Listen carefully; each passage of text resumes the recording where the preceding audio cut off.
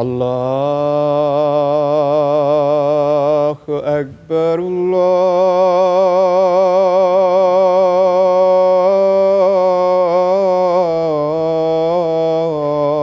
الله أكبر الله أكبر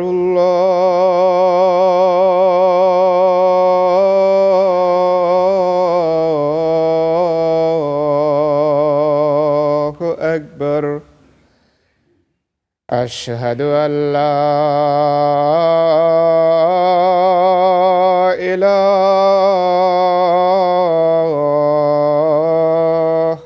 إلا الله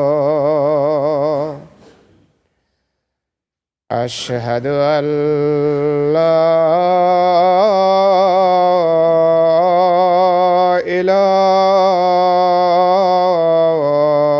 إله إلا الله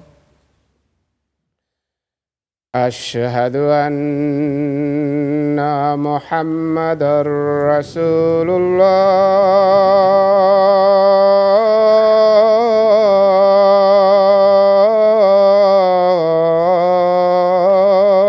الله أشهد أن محمدًا رسول الله حي على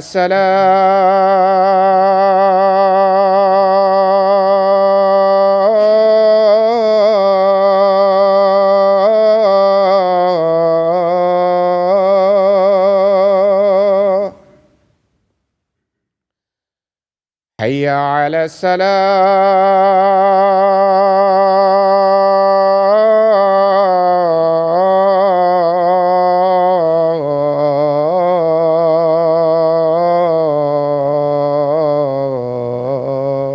الصلاة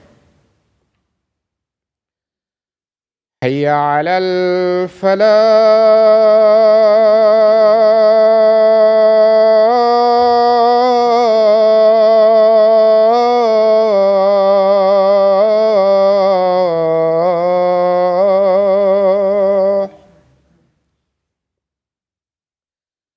حي على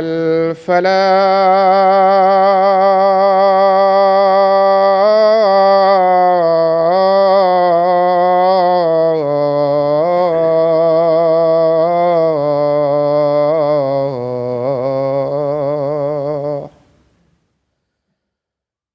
الله أكبر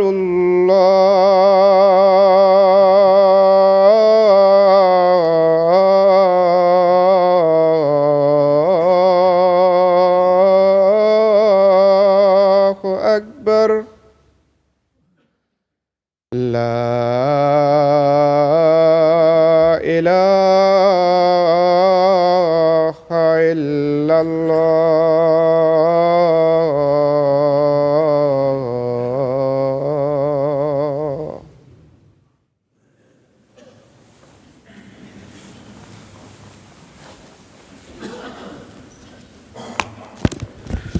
السلام علیکم ورحمۃ اللہ.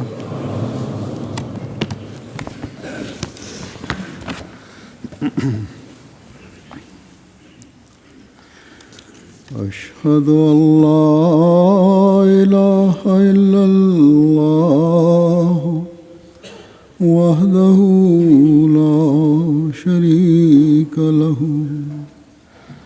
وأشهد أن محمدًا عبده ورسوله. أما بعد فأعوذ بالله من الشيطان الرجيم. بسم الله الرحمن الرحيم. الحمد لله رب العالمين الرحمن الرحيم مالك يوم الدين إياك نعبد وإياك نستعين اهدنا الصراط المستقيم صراط الذين أنعمت عليهم غير المغضوب عليهم ولا الضالين.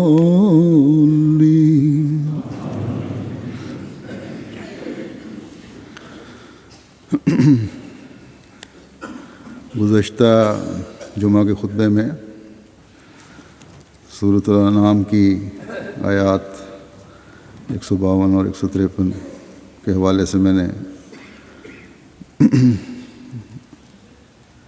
احکامات جو ہیں اس میں بیان کیے ہوئے ان کے بارے میں بتا رہا تھا. 3 امور یعنی شرک سے بچنے، والدین سے حسن سلوک اور والدین کے لیے اولاد کی تربیت کی اہمیت کے بارے میں بیان ہوا تھا. باقی احکامات جو ان آیات میں ہیں اور جن کے بارے میں اللہ تعالیٰ فرماتا ہے کہ ما حرم ربکم علیکم، کہ جو تمہارے رب نے تم پر حرام کیے ہیں، ان احکامات کے بارے میں کچھ ذکر کروں گا اور یہ بھی شاید آج ختم نہیں ہوں گے ان آیات میں جو بیان کیے گئے ہیں. تو بہرحال چوتھی بات جو بیان کی گئی ہے وہ یہ ہے کہ ولا تقرب الفواحش ما ظہر منہا وما بطن، اور فحشاء کے قریب بھی نہ جاؤ، نہ ظاہری فحشاء اور بے حیائیوں کے، نہ چھپی ہوئی بے حیائیوں کے.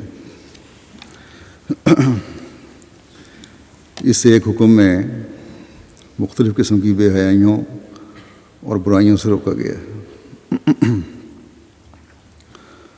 الفاحش کے مختلف معنی ہیں. اس کے معنی زنا بھی ہیں، اس کے معنی زیادتیوں میں بڑھنے کے بھی ہیں، اس کے معنی اخلاق سے گری ہوئی اور اخلاق کو پامال کرنے والی حرکات سے بھی ہیں. اس کے معنی مختلف کبھی گناہ اور شیطانی حرکتوں سے بھی ہیں، ہر بری بات کہنے اور کرنے کے بھی ہیں.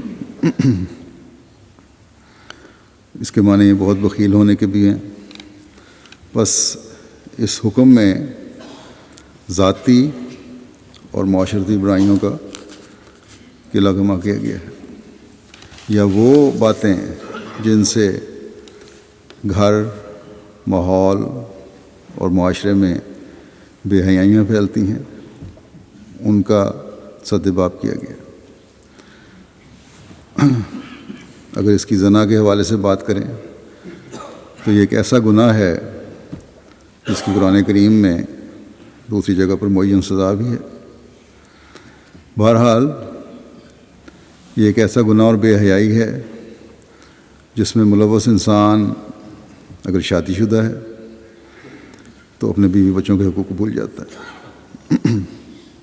خیال ہی نہیں اس کو رہتا اس بے حیائی میں پڑھ کر کہ کیا حقوق ہیں میرے بیوی اور بچوں کے. اگر عورت ہے تو اپنے بچوں اور خاوند کے حق اور ذمہ داریاں نہیں ادا کر رہی ہوتی، ان کو بھول جاتی ہے. اگر غیر شادی شدہ ہے تو معاشرے میں غلاظت اور بے حیائی پھیلانے کا مرتکب ہے. غلط وعدے کر کے بعض لوگ ناجائز طور پر تعلقات قائم کرتے ہیں، اور جب گھریلو اور خاندانی دباؤ یا معاشرے کے دباؤ یا خود جھوٹے وعدے کی وجہ سے وہ تعلقات بیچ میں ٹوٹ جاتے ہیں تو مردوں کو تو زیادہ فرق نہیں پڑتا، کیونکہ ہمارا معاشرہ خاص طور پہ جو ایشین معاشرہ ہے وہ مردوں کی زیادہ پردہ پوشی کرتا ہے، لیکن عورت کی زندگی برباد ہو جاتی ہے، اور اس کی مثالیں اخباروں میں عام آتی ہیں۔ اور پھر اگر ایسے تعلقات کی وجہ سے اولاد ہو جائے تو پھر اپنے حق سے محروم ہو کر ایسی لوگ جو ہیں مطلب اولاد کو اس کے حق سے محروم کر کے قتل اولاد کے مرتکب ہو رہے ہوتے ہیں، یا ایسی اولاد قتل اولاد کے زمرے میں آ جاتی ہے۔ یہاں ان ممالک میں تو اگر پتہ چل جائے تو کچھ نہ کچھ حقوق دلانے کی قانون کوشش کرتا ہے اور دلواتا ہے، لیکن بہت سے ایسے ہیں جو اولاد کو عملاً قتل کر دیتے ہیں، اور غریب ملکوں میں تو کوئی حق بھی نہیں ہے۔ اور اگر یہ بے حیائی اور فحاشی کے مرتکب ہوتے ہیں تو اگر امیر آدمی ہے کوئی تو پھر کوئی قانون اسے نہیں پوچھے گا۔ ابھی 2 دن پہلے ہی پاکستان کے حوالے سے اخبار میں ایک خبر تھی کہ اس طرح کسی کے ہاں ناجائز بچہ پیدا ہوا اور پھر الٹا پولیس نے اس غریب عورت پر مقدمہ قائم کیا اور مرد کو کچھ نہیں کہا گیا کیونکہ وہ صاحب حیثیت تھا۔ یہ تو اکا دکا واقعات ہیں جو باہر نکل آتے ہیں، یہ پتہ نہیں کتنے ایسے واقعات ہیں جنہوں نے کئی خاندانوں کو برباد کر دیا۔ بس یہ خدا تعالیٰ کے حکموں سے دوری کی وجہ سے ہے، غیروں کو ہم کیا کہیں۔ خود مسلمان کہلانے والے اور اسلامی قوانین کا نعرہ لگانے والے ملکوں کا یہ حال ہے کہ وہاں اس قسم کی بے حیائیاں ہوتی ہیں۔ اللہ تعالیٰ فرماتا ہے کہ ان فواحش کے قریب بھی نہ جاؤ، یعنی ایسی تمام باتیں جو فحشاء کی طرف مائل کرتی ہیں ان سے روکو۔ اس زمانے میں تو اس کے مختلف قسم کے ذریعے نکل آئے ہیں۔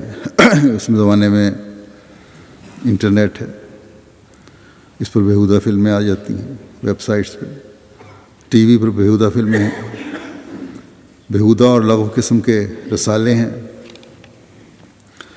اب ان بیہودہ رسالوں کے بارے میں جو پورنوگرافی وغیرہ کہلاتے ہیں، یہاں بھی آواز اٹھنے لگ گئی ہے کہ ایسے رسالوں کو اسٹالوں اور دکانوں پر کھلے عام نہ رکھا جائے، کیونکہ بچوں کے اخلاق پر بھی برا اثر پڑ رہا ہے۔ ان کو تو آج یہ خیال آیا ہے، لیکن قرآن کریم نے 1400 سال پہلے یہ حکم دیا کہ یہ سب بے حیائیاں ہیں، ان کے قریب بھی نہ پھٹکو، یہ تمہیں بے حیا بنا دیں گی،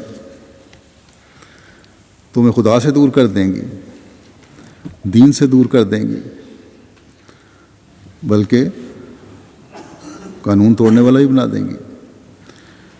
اسلام صرف ظاہری بے حیائیوں سے نہیں روکتا، بلکہ چھپی ہوئی بے حیائیوں سے بھی روکتا ہے۔ اور پردے کا جو حکم ہے وہ بھی اس لیے ہے کہ پردے اور حیادار لباس سے ایک کھلے عام تعلق اور بے تکلفی میں جو پیدا ہو جاتی ہے لڑکے اور لڑکی میں، اس میں ایک روک پیدا ہوگی پردے کی وجہ سے۔ اسلام بائبل کی طرح یہ نہیں کہتا کہ تم عورت کو بری نظر سے نہ دیکھو، بلکہ کہتا ہے کہ نظریں پڑیں گی، قربت ہو تو قربت بھی ہوگی، اور پھر بے حیائی بھی پیدا ہوگی، اچھے برے کی تمیز ختم ہوگی، اور پھر ایسے کھلے عام میل جول سے اللہ اور اس کے رسول صلی اللہ علیہ وسلم کے حکم کے مطابق جب اس طرح لڑکا اور لڑکی بیٹھے ہوں گے، مرد اور عورت ہوں گے، تو تیسرا تم میں شیطان ہوگا۔ یہ جو انٹرنیٹ وغیرہ کی میں نے مثال دی ہے، اس میں فیس بک اور اسکائپ وغیرہ سے چیٹ وغیرہ جو کرتے ہیں یہ شامل ہیں۔ کئی گھر اس سے میں نے ٹوٹتے دیکھے ہیں۔ بڑے افسوس سے میں یہ کہوں گا کہ ہمارے بھی احمدیوں میں بھی اس طرح کے واقعات ہوتے ہیں۔ بس خدا تعالیٰ کے اس حکم کو ہمیشہ سامنے رکھنا چاہیے کہ فحشاء کے قریب بھی نہیں پھٹکنا، کیونکہ شیطان پھر تمہیں اپنے قبضے میں کر لے گا۔ بس یہ خوبصورتی ہے قرآن کریم کے حکم کی کہ یہ نہیں کہ نظر اٹھا کے نہیں دیکھنا، بلکہ نہ نظریں ملانی ہیں اور نظروں کو ہمیشہ نیچے رکھنا ہے۔ اور یہ حکم مرد اور عورت دونوں کو ہے کہ اپنی نظریں نیچے رکھو۔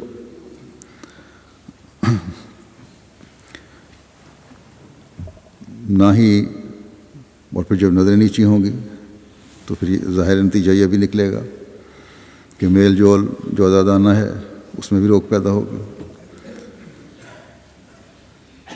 پھر یہ بھی ہے کہ فحشاء کو نہیں دیکھنا، تو بےہودہ اور لغو اور فحش فلمیں جو ہیں وہ جو دیکھتے ہیں ان سے بھی روک پیدا ہوگی۔ پھر یہ بھی ہے کہ ایسے لوگوں میں نہیں اٹھنا بیٹھنا جو آزادی کے نام پر اس قسم کی باتوں میں دلچسپی رکھتے ہیں اور اپنے قصے اور کہانیاں سناتے ہیں اور دوسروں کو بھی اس طرف راغب کر رہے ہوتے ہیں۔ نہ ہی اسکائپ اور فیس بک وغیرہ پر مرد اور عورت نے ایک دوسرے سے بات چیت کرنی ہے، ایک دوسرے کی شکلیں دیکھنی ہیں، نہ ہی ان چیزوں کو ایک دوسرے سے تعلقات کا ذریعہ بنانا ہے، کیونکہ اللہ تعالیٰ فرماتا ہے سب ظاہر یا چھپی ہوئی فحشاء ہیں جن کا نتیجہ یہ ہوگا کہ تم اپنے جذبات کی راہ میں زیادہ بہہ جاؤ گے، تمہاری عقل اور سوچ ختم ہو جائے گی اور انجام کار اللہ تعالیٰ کے حکم کو توڑ کر اس کی ناراضگی کا موجب بن جاؤ گے۔ پھر آج کل کے زمانے میں ایک ایسی بے حیائی کو ہوا دی جا رہی ہے جو فطرت کے نہ صرف خلاف ہے بلکہ جس کی وجہ سے خدا تعالیٰ نے ایک قوم کو تباہ کر دیا تھا۔ حکومتیں اب ایک ہی جنس کی شادی کی قانون بنا رہی ہیں، یعنی فحشاء کو ہوا دینے اور پھیلانے کی حکومتی سطح پر کوشش کی جا رہی ہے اور قانون بنائے جا رہے ہیں، یہاں تک کہ حکومتوں کے سربراہ وزیر اعظم یہ کہتے ہیں کہ ہم چاہیں گے کہ اب تمام دنیا میں ہم جنسوں کی شادی کا قانون بنے، اور ایسے بھی ہیں جو کہتے ہیں ہم اس بارے میں دنیا میں کوشش کریں گے۔ اس طرح کا ایک وزیر اعظم کی طرف سے بیان آیا تھا۔ اگر یہ سچ ہے تو پھر خدا تعالیٰ کی پکڑ کو آواز دے رہے ہیں۔ پھر ایک ملک کے بڑے پادری ہیں جو غالباً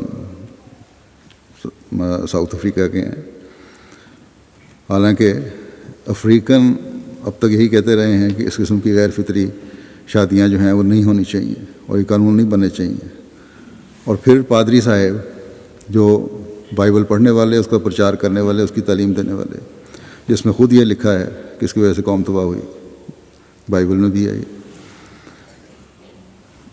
وہ یہ فرماتے ہیں کہ اگر ایسے شادی کرنے والے جوڑے جنت میں نہیں جائیں گے تو میں پھر جہنم میں جانا پسند کروں گا۔ تو یہ ان کا حال ہو چکا ہے۔ یہ آج کل کی دنیا میں فحاشی کی انتہا ہو چکی ہے۔ بس یاد رکھیں کہ یہ جو فحاشی ہے اگر اسی طرح سر عام پھیلتی رہی اور اللہ تعالیٰ کے احکام کی طرف دنیا نے رخ نہ کیا، اسے توجہ نہ کی، تو پھر یہ قومیں بھی اپنے انجام کو دیکھ لیں گی۔ جو یہ اس دنیا کو بھی یقیناً جہنم بنائے گی، اور آخرت میں اللہ تعالیٰ بہتر جانتا ہے کیا سلوک کرنا ہے اس میں۔ بلکہ اب جو میڈیکل ریسرچ ہے اس میں واضح طور پر یہ کہا جانے لگ گیا ہے کہ ایڈز کا مرض ایسے لوگوں میں بڑی تیزی سے پھیل رہا ہے جو مردوں اور عورتوں کی شادیوں کے بھیانک جرم میں مبتلا ہے۔ اللہ تعالیٰ کے سزا دینے کے طریقے مختلف ہیں۔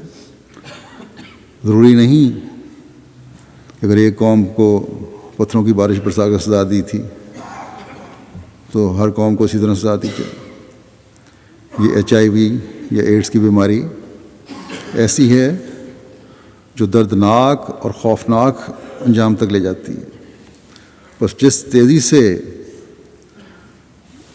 دنیا میں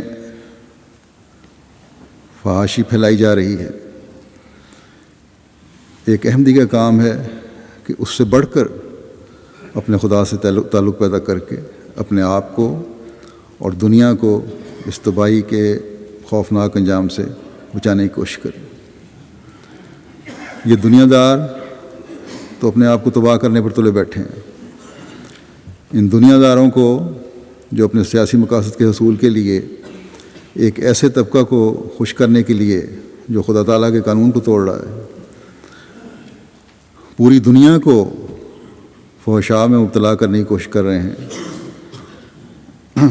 جس کا انجام پھر تباہی ہے۔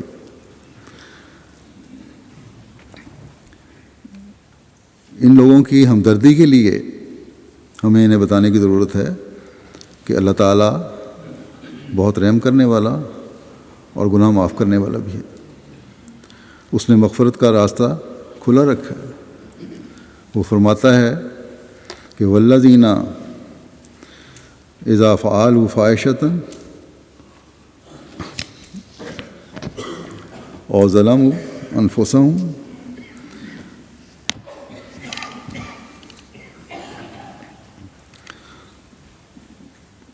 ذکروا اللہ فاستغفروا لذنوبہم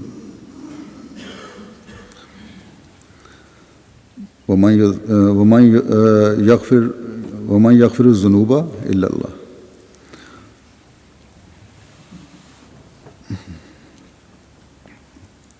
اور وہ لوگ جو کسی بے حیائی کے مرتکب ہوں یا اپنی جانوں پر ظلم کریں، پھر اللہ کو یاد کریں اور اپنے گناہوں کی معافی چاہیں، اور اللہ کے سوا کوئی بخش نہیں سکتا۔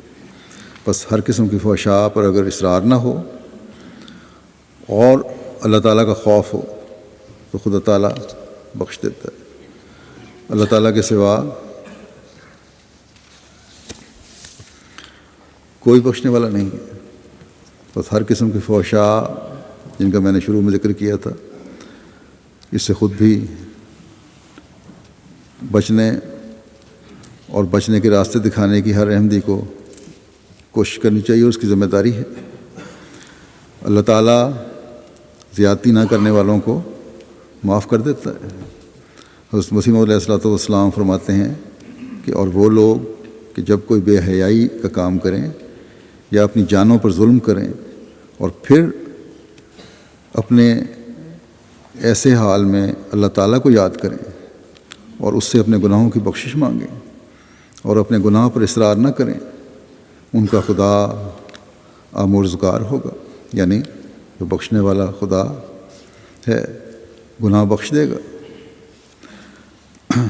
اللہ کرے ہر وہ شخص جو فحشاء میں مبتلا ہے اسے عقل آ جائے اور خدا تعالیٰ کی پکڑ سے بچ جائے۔ اس بات کی وضاحت کی میں بہت ضرورت محسوس کر رہا تھا، اس لیے میں نے سے کچھ وضاحت کی ہے، کیونکہ یہ سوال آج کل بہت عام ہو چکا ہے۔ پھر اگلا حکم خدا تعالیٰ نے ان آیات میں یہ دیا ہے کہ ولا تقتلوا النفس التی حرم اللہ، اور کسی جان کو جسے اللہ تعالیٰ نے حرمت بخشی ہے قتل نہ کرو۔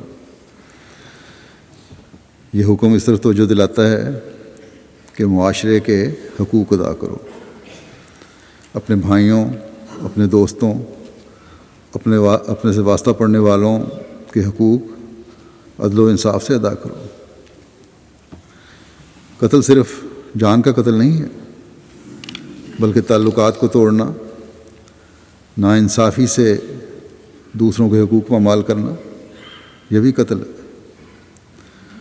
دوسروں کو جذباتی طور پر مجروح کرنا، یہ بھی قتل ہے۔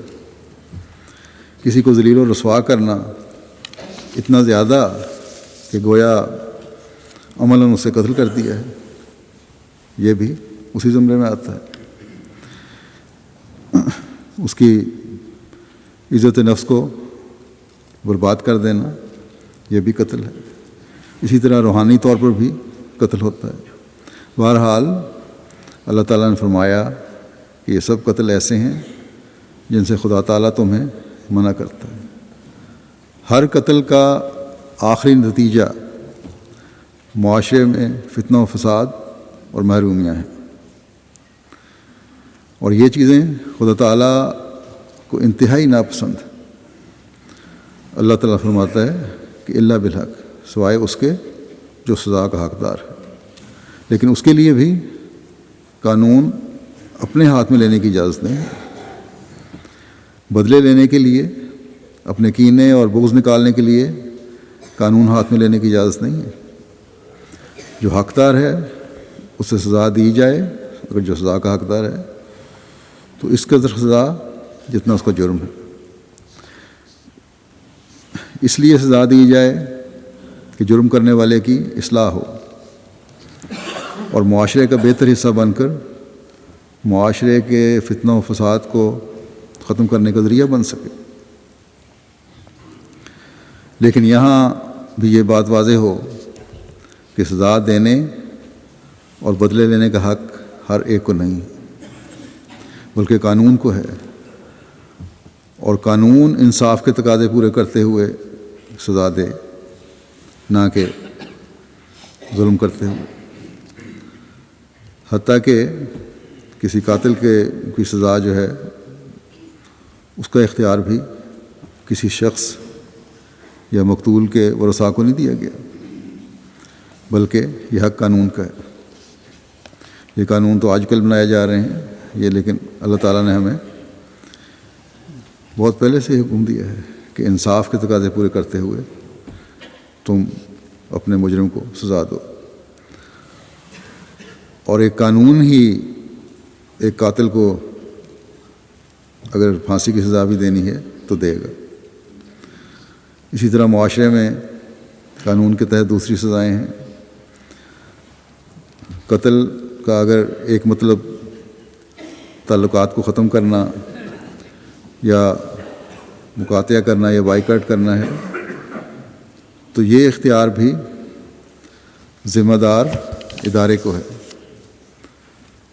ہماری جماعت میں بھی اگر سزا کا نظام رائج ہے تو اصلاح کے لیے ہے، نہ کہ کسی ظلم کی وجہ سے، ظلم اور زیادتی کے لیے، یا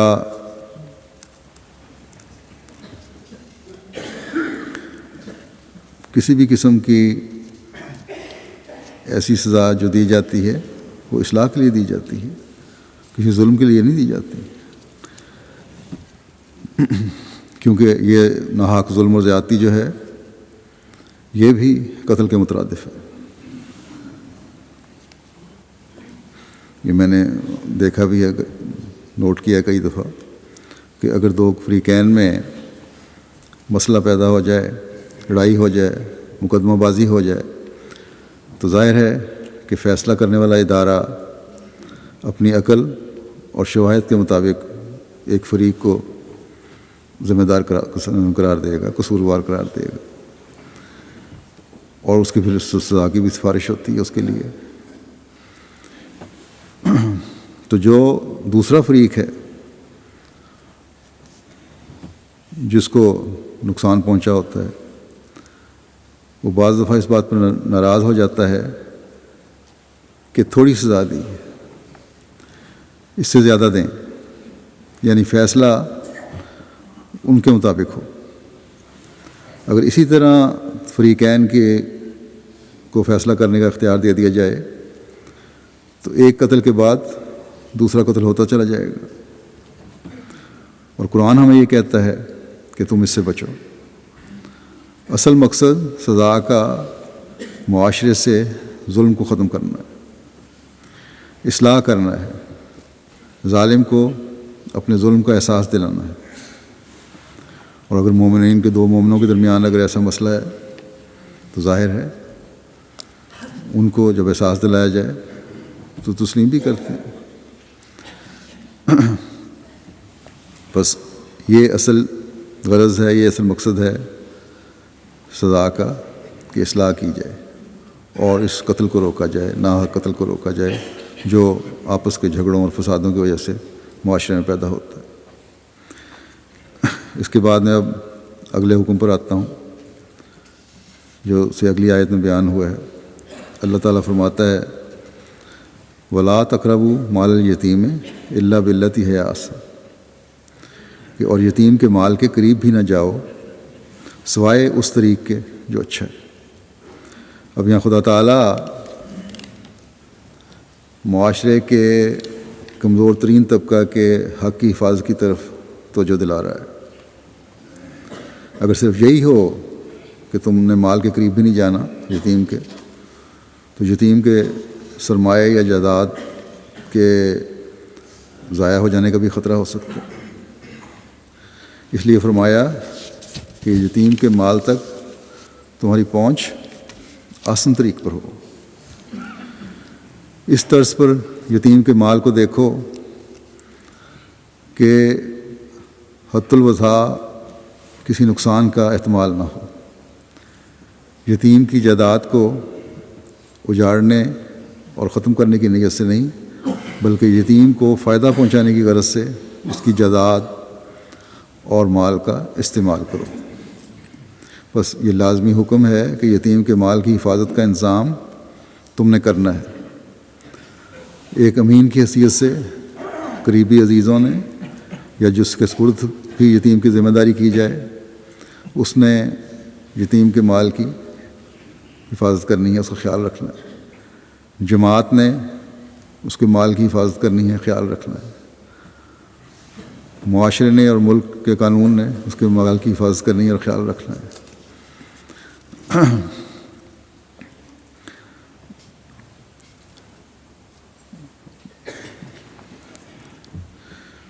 کس طرح حفاظت کرنی ہے؟ اس کے لیے بہت ساری صورتیں ہیں۔ یتیموں کے مالوں کو اس طرح استعمال کرو یا کاروباروں میں لگاؤ کہ وہ مال بڑھیں تاکہ یتیموں کو فائدہ ہو، تاکہ اس گروہ کو جو ابھی اتنی عقل نہیں رکھتا، ان بچوں کو جن کے ماں باپ کا سایہ ان کے سر پر نہیں ہے، جن کی جائیدادیں ضائع ہونے کا خطرہ ہے، ان کو آسان طریق پر اس طرح استعمال کرو، اس طرح انویسٹ کرو، اس طرح کاروباروں میں لگاؤ کہ وہ مال بڑھے۔ بس ایک بہت بڑی ذمہ داری ہے جو یتیم کے مال کی حفاظت کا حکم دے کر عزیزوں اور معاشرے پر ڈالی گئی۔ اللہ تعالیٰ دوسری جگہ فرماتا ہے کہ اگر تم یہ ذمہ داری ادا نہیں کرتے اور بہانے سے یتیم کے مال کو کھانے کی کوشش کرتے ہو تو اس کی بڑی سخت سزا ہے۔ فرمایا ان الذین یاکلون اموال الیتامی ظلما انما یاکلون فی بطونہم نارا۔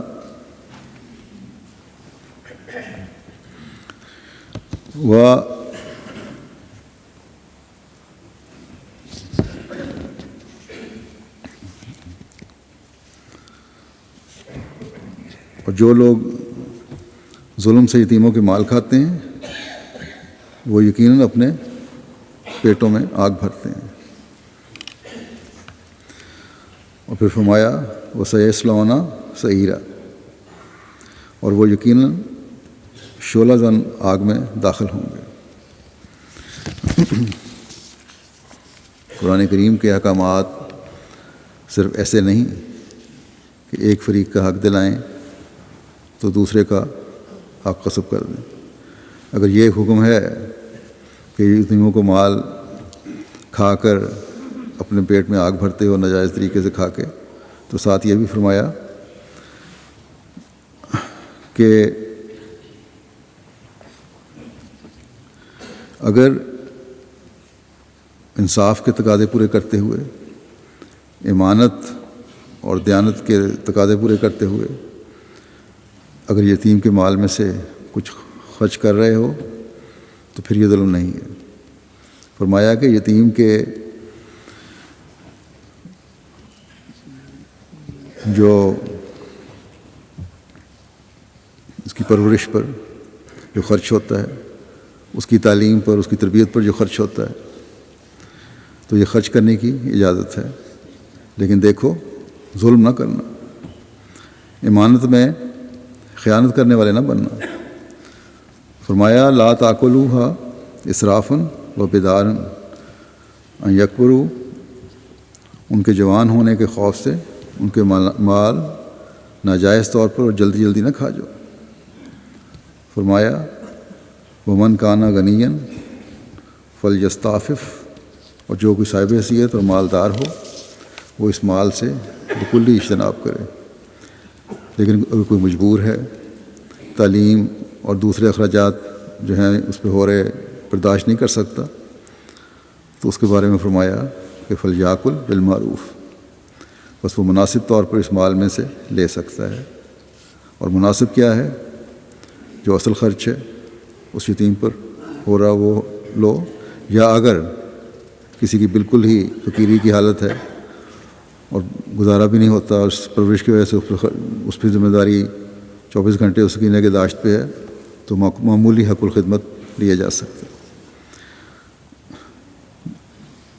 بس اس مال کے خرچ کی اس حد تک اجازت ہے،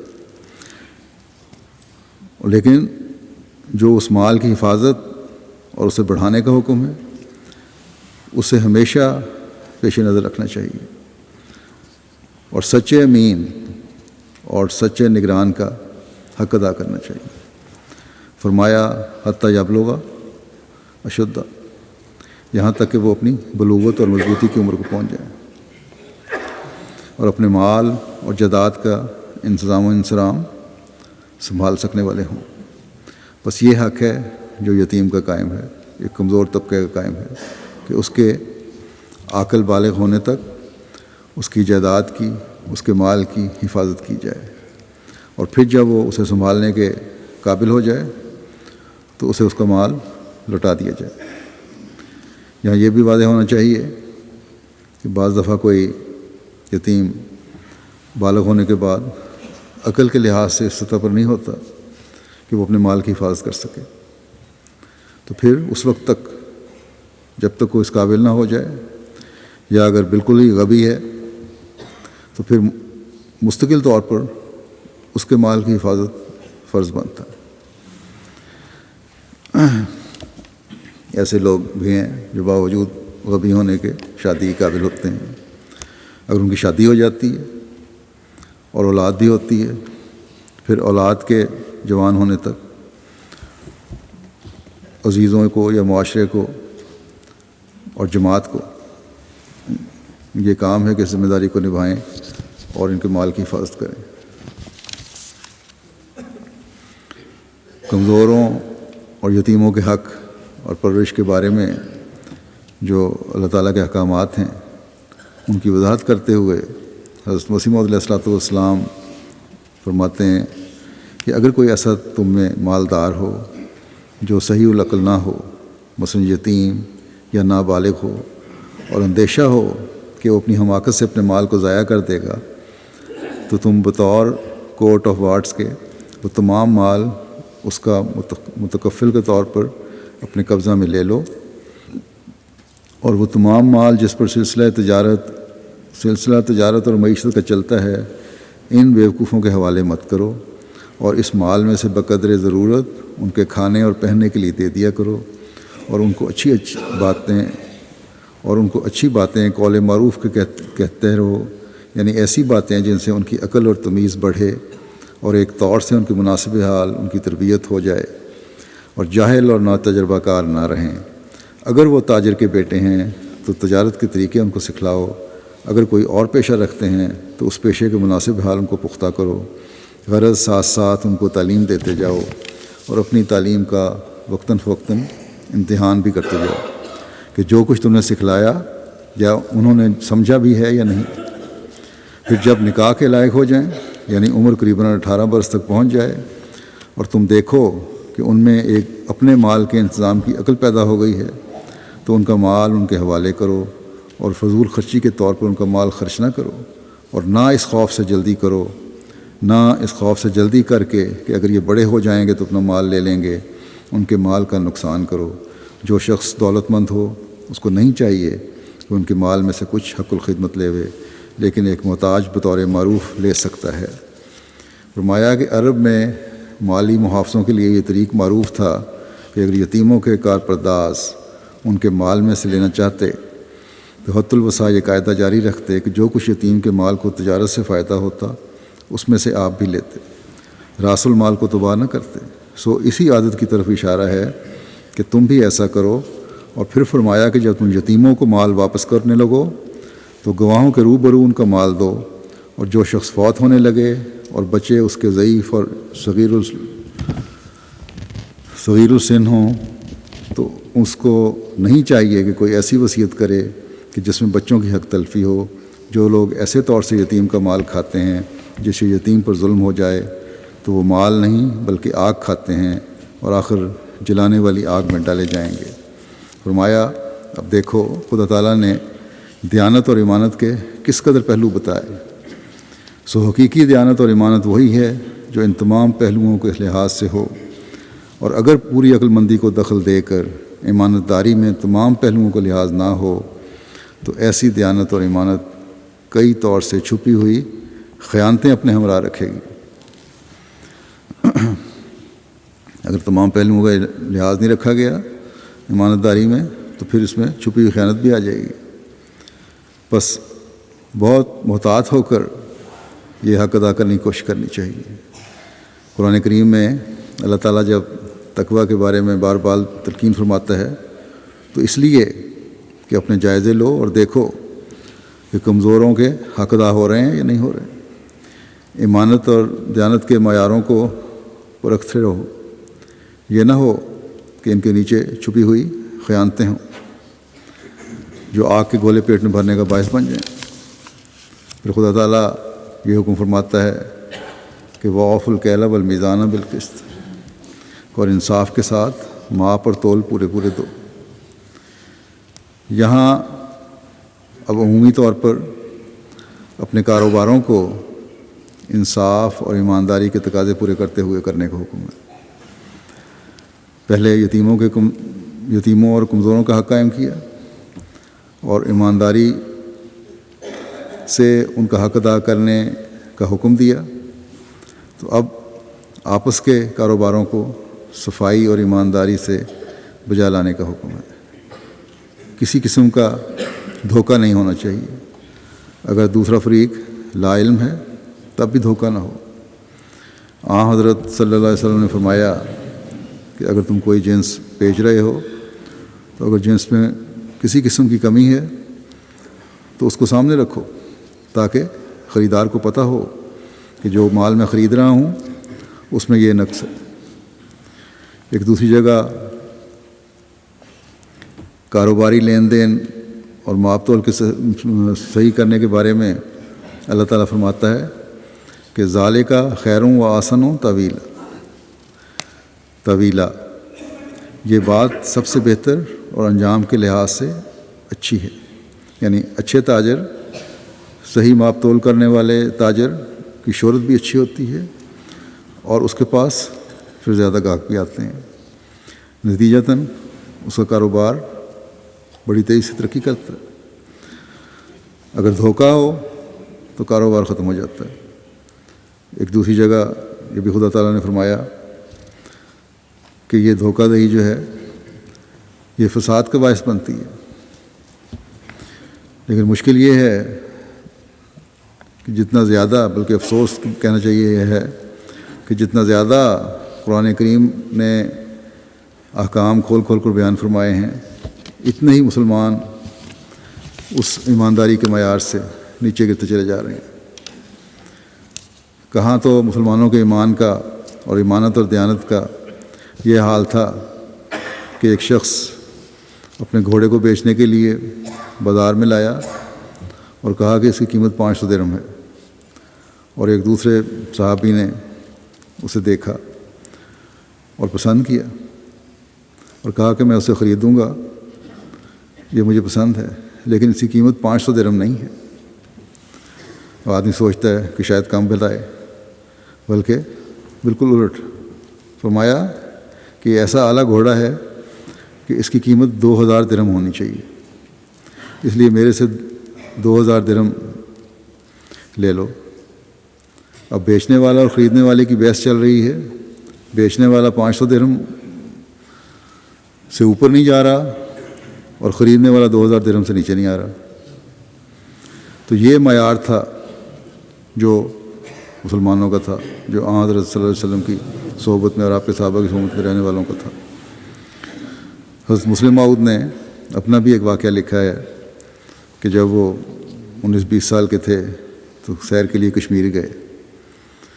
وہاں ایک قسم کی اونی قالین جو ہیں خاص طور پہ بڑے مشہور ہیں، بنائے جاتے ہیں، وہ انہیں پسند آئے۔ کچھ عرصہ وہاں ٹھہرنا تھا، سیر کرنی تھی، سیر کے لیے چلے گئے۔ اس لیے وہاں انہوں نے جو شہر میں دیکھے تھے قالین، وہاں قالین بنانے والے ایک شخص نے کہا کہ میں بہت اعلیٰ بناتا ہوں۔ انہوں نے کہا ٹھیک ہے، مجھے 3-4 قالین بنا دو ایسے تحفہ لے جانے کے لیے، اور اس کا سائز بتایا۔ کہتے ہیں جب میں واپس آیا تو جو سائز بتائے تھے ان سے ہر طرف سے قالین، ہر قالین چوڑائی میں بھی لمبائی میں بھی چھوٹا تھا اور کافی فرق تھا، 6 انچ فٹ چھوٹا تھا۔ تو انہوں نے کہا کہ تمہیں میں نے یہ سائز بتایا تھا، یہ سامنے گواہ ہیں، ان کے سامنے بتایا تھا، اس کے باوجود تم نے اس کے مطابق نہیں بنایا اور قیمت تم اتنی مانگ رہے ہو۔ تو بجائے اس کے کہ شرمندہ ہوتا، یہ کہتا ہے کہ ٹھیک ہے قیمت کم کر دیں، کہنے لگا میں مسلمان ہوں، اور بار بار یہی رٹ لگائی جائے کہ میں مسلمان ہوں اور آپ مجھے کہہ رہے ہیں کہ تم نے ایسا بنایا اور ویسا بنایا۔ اب جو بھی غلط کام ہو مسلمان کہہ کر اس کو جائز کرنا یہ عام ہو گیا۔ اب تو یہ پرانی بات نہیں ہے۔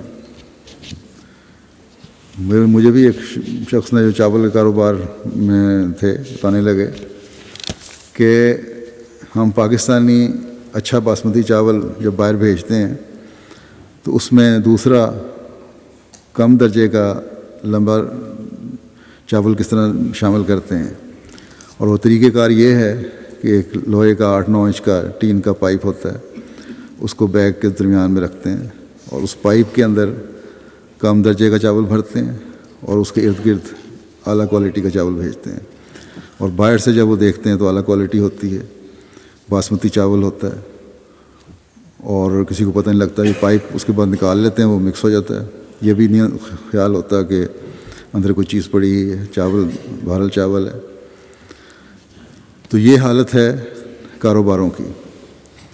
اسی وجہ سے ایک عرصہ پہلے سے ہندوستانی مارکیٹ نے چاول کی، جو ان کا حالانکہ چاول ہندوستان کا کم کوالٹی کا ہے پاکستان سے، وہ اس مارکیٹ نے چاول کی مارکیٹ میں قبضہ کر لیا، اور اب شاید کچھ ایکسپورٹر، کیونکہ احمدی بھی ایکسپورٹ کرتے ہیں، خود لے کر آتے ہوں، بہتر کوالٹی کا تو لاتے ہوں، نہیں تو اس چور بازاری کی وجہ سے باہر کی مارکیٹ نے، ان کو پتہ لگ گیا کہ اس طرح یہ دھوکہ دہی ہوتی ہے، تو انہوں نے پاکستانی ایکسپورٹر سے چاول لینا ہی بند کر دیا۔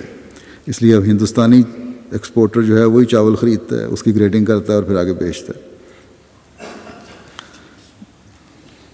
اور یہ سوچتے ہی نہیں کہ کاروبار میں اس سے برکت بھی نہیں رہتی، ختم ہو گئے کاروبار بھی۔ ایک حدیث میں آتا ہے کہ آن حضرت صلی اللہ علیہ وسلم نے فرمایا کہ اگر خرید و فروخت کرنے والے سچ بولیں اور مال میں اگر کوئی عیب یا نقص ہے تو اسے بیان کر دیں تو اللہ تعالیٰ ان کے سودے میں برکت دے گا، اور اگر وہ دونوں جھوٹ سے کام لیں، خریدنے والا بھی اور بیچنے والا بھی، اور کسی عیب کو چھپائیں گے یا ہیرا پھیری سے کام لیں گے تو اس سودے میں سے برکت نکل جائے گی۔ بس اگر برکت حاصل کرنی ہے امانت، تو پھر امانت اور دیانت کے تقاضے پورے کرنے ہوں گے، اور یہ تقاضے پورے کرتے ہوئے کاروبار کرنا، یہی ایک اچھے مسلمان کا شیوہ ہونا چاہیے۔ ایک حدیث میں آن حضرت صلی اللہ علیہ وسلم نے فرمایا کہ جب تم کسی کو دینے کے لیے کچھ تولو تو جھکتا ہوا تولو، یعنی کہ اگر کچھ زیادہ بھی چلا جائے تو کوئی حرج نہیں ہے۔ بس یہ معیار ہے تجارتی امانت کا جو ایک مسلمان کا ہونا چاہیے۔ اگر تاجر ایمانت دار ہو، صحیح طرح کاروبار کرنے والا ہو، تو پھر جو اس کا مقام ہے وہ بھی آن حضرت صلی اللہ علیہ وسلم کے اس ارشاد سے پتہ چلتا ہے کہ کتنا بڑا مقام ہے۔ آپ نے فرمایا کہ سچا اور دیانتدار تاجر نبیوں، صدیقوں اور شہیدوں کی معیت کا حقدار ہے۔ اللہ تعالیٰ آن حضرت صلی اللہ علیہ وسلم کی طرف منسوب ہونے والوں کو اپنی ایمانت اور دیانت کے معیار اللہ تعالیٰ کے حکموں اور آن حضرت صلی اللہ علیہ وسلم کے ارشادات کے مطابق بنانے کی توفیق عطا فرمائے۔ ہم میں سے ہر ایک کو اپنے بھی جائزے لینے چاہیے۔ احمدی بھی بہت سارے کاروباروں میں ملوث ہیں کہ کیا ہم بھی اللہ تعالیٰ کے احکامات کے مطابق اپنی زندگیاں گزار رہے ہیں؟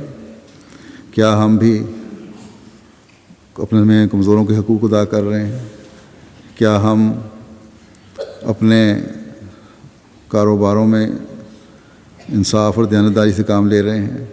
کیا ہم اپنے معاشرے کے ہر طبقے کے حقوق ادا کرنے والے ہیں؟ کیا ہم اپنے آپ کو برائیوں سے بچانے والے ہیں؟ یہ رمضان جو آتا ہے، جب نیکی کی طرف توجہ پیدا ہوتی ہے تو ان باتوں کی طرف بھی توجہ کرنی چاہیے۔ اللہ کرے کہ ہم میں سے ہر ایک ان ہر قسم کی برائیوں سے جن سے اللہ تعالیٰ نے روکا ہے ان سے روکنے والے ہوں۔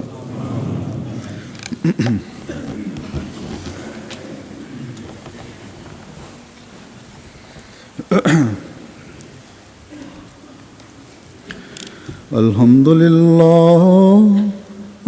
للہ نحمدہ ونستعینہ ونستغفرہ ونؤمن بہ ونتوکل علیہ ونعوذ باللہ من شرور انفسنا ومن سیئات اعمالنا